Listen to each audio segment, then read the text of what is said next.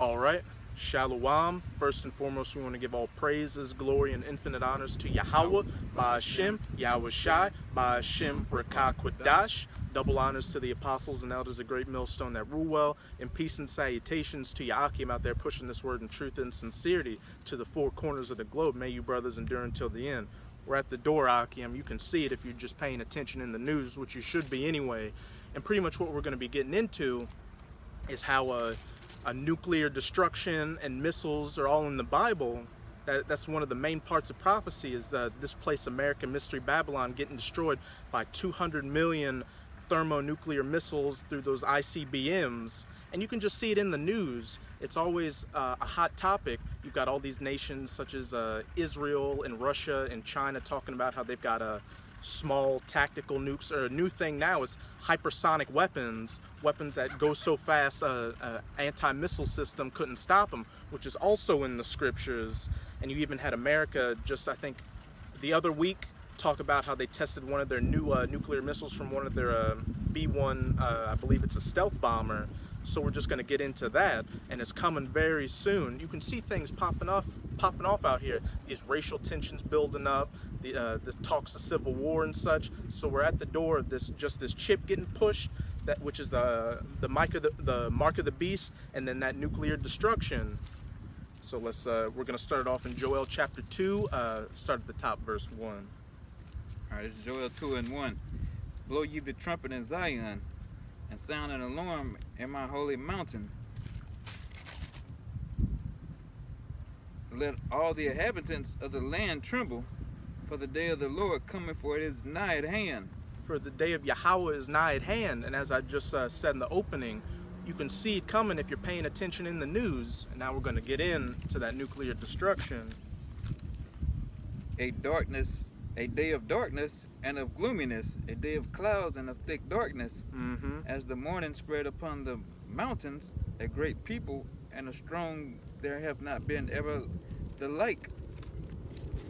Neither shall be any more after it, even to the years of many generations. And that great people and strong that have not been ever before the like, or shall not be afterwards, is talking about those nuclear missiles, because atomic weapons didn't come around until around World War II, when you had Fat Man and Little Boy getting dropped on Nagasaki and Hiroshima. And after this destruction, there's never going to be any more type of nuclear weapons, because we're going to get rid of whatever's left of them.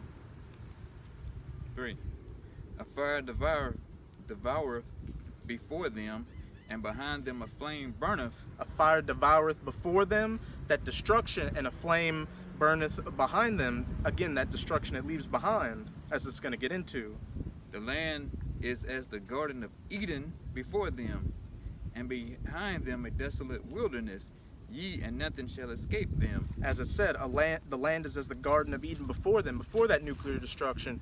You can see we've got some greenery behind us. It kind of looks like the Garden of Eden. We got a tree and everything. But after them, as it says, behind them a desolate wilderness, that nuclear destruction, like what you see in Mad Max or The Road or something like that, just utter waste, which is mainly coming to the United States, which again is Babylon the Great. It's going to be destroyed from sea to shining sea, but also America's going to shoot some of its nukes off and turn some of these other places around the world into a desolate wilderness, but not to the extent of the United States. 4. The appearance of them is at the appearance of horses, and as horsemen, so shall they run. And this is them using symbolism to describe what they saw, because they wouldn't know what a missile was back then when they saw it coming out of the sky, so they describe it as a weapon of war that they knew back then, a horse, because when you hear a horse, like when you watch those old movies, you see him riding in those chariots, and you hear all that noise and that dust getting kicked up, and it's like, so it'd be like, it's coming like a horseman, and they see the destruction, so it must be some kind of weapon, a weapon of war.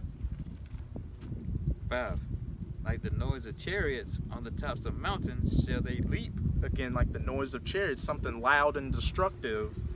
Like the noise of a flame of fire that devoureth the stubble, as a strong people set in battle array. As a flame of fire that devoured the stubble. 6. Before their face the people shall be much pained. all faces shall gather blackness. That destruction, that burnt to a crisp soot look. And That barbecue finish. that barbecue, that what was that, Stubbs barbecue? Yeah, right. You're gonna look like Stubbs on after that destruction, all of you. 7. They shall run like mighty men. They shall climb the wall like men of war. And they shall march every one of his ways, and they shall not break their ranks. Because these missiles aren't gonna miss their targets.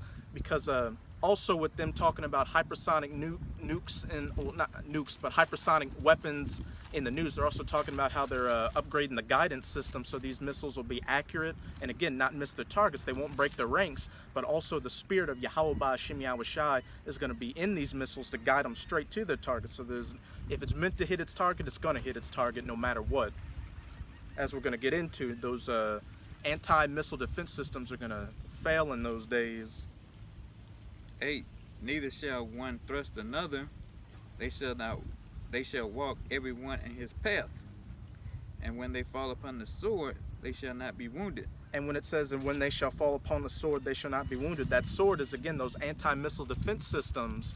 Because, as I said, when they're coming, not only they're going to have the spirit of Yahweh Ba'Hashem Yahweh Shai in them, and he's also going to put the spirit on those that sword, those anti-missile defense systems, to not work and to falter. So when they fall upon them, they won't be wounded, and they're going to hit their target. And now we're going to go to Revelation 9. 9 and 16. Revelation 9 and 16 to just further describe those, how nuclear missiles are in the Bible, and how the prophets that saw these visions, they described them in the best way they knew how. And then, yeah, that, kills all that BS too, where I've been seeing lately in other, not on the brothers comments page, but on other websites or other channels, where you got these dummies saying, oh, the nukes don't exist. It's just a conspiracy. Nukes never existed. So you dumb fucks on see how real these nukes are real soon. Man, I've heard even stupider shit than that. I like to watch some of those conspiracy theory videos, even though that's not the right term for it. Just lunacy videos is what I'll call them, where they talk about how, like, wars in the past, like the Civil War and World War II, didn't really happen. They were all just staged events. Just complete madness. Right. And it's mainly Edomites talking all that shit. Exactly. Just showing y'all are getting smited with that blindness and madness in the final seconds of your kingdom. Revelation 9 and 16.